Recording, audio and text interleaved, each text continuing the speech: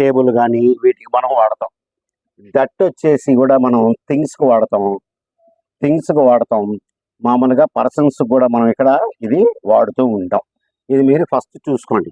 Who ఏమో మనుషులకు వాడతాం, విచ్ దట్ వచ్చేసి మనం థింగ్స్కి వాడతాం. ఈ దట్ అనేది అప్పుడప్పుడు మనం మనుషులకు కూడా మనం వాడుతుంటాం, పర్సన్స్కి కూడా మనం వాడుతూ ఉంటాం. ఇది మీరు ఫస్ట్ గుర్తుపెట్టుకోండి.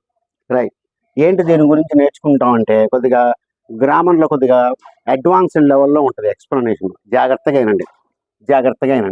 కాబట్టి ఈ హూ విచ్ దట్ మనం ఎలా వాడతామంటే ఒక సెంటెన్స్ రాసి చూపిస్తాను. Right.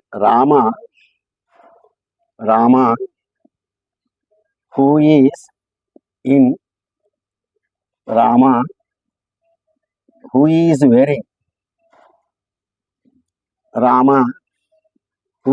Wearing a white shirt